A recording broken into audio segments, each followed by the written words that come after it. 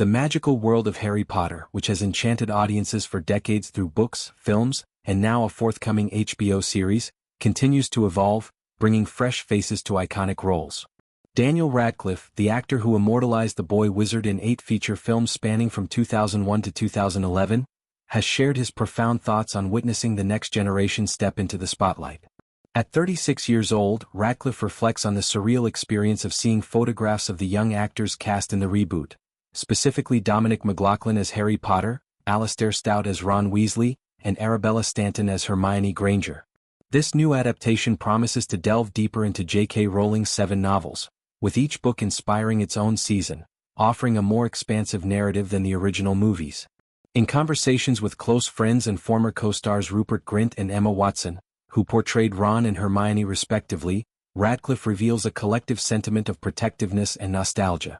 The trio, bonded by their shared childhood immersed in the wizarding universe, have been exchanging messages about the newcomer's journey. "We have all said, you just see pictures of these kids and you just want to grab them and hug them. That's the impulse that I think that we mainly all have," Radcliffe expresses, capturing the paternal instinct that surges when viewing images from casting announcements and early set photos. Production on the series commenced in July, and these visuals have stirred deep emotions, reminding them of their own beginnings at Hogwarts.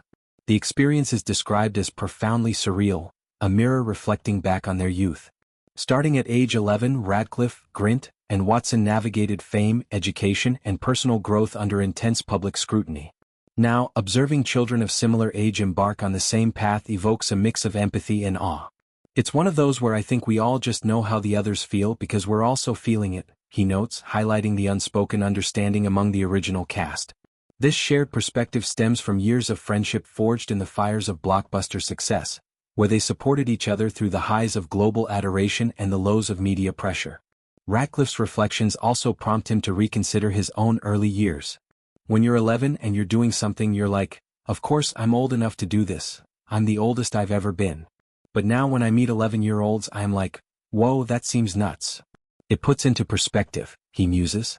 This hindsight reveals the enormity of the undertaking, one that involved not just acting but adapting to a life altered forever by the franchise's phenomenon. The Harry Potter series grossed billions, spawned theme parks, and created a cultural lexicon, but for the young stars, it meant sacrificing normalcy for stardom. Moreover, Radcliffe expresses immense admiration for his parents, who guided him through this whirlwind with grace and humor. "Honestly, it makes me admire, and I do tell them this, but my parents more than I was capable of doing at the time. Just going like, wow, you got me through something crazy and you did it with a huge amount of humor," he shares. Their support was crucial, providing stability amid the chaos of filming schedules, press tours, and fan encounters.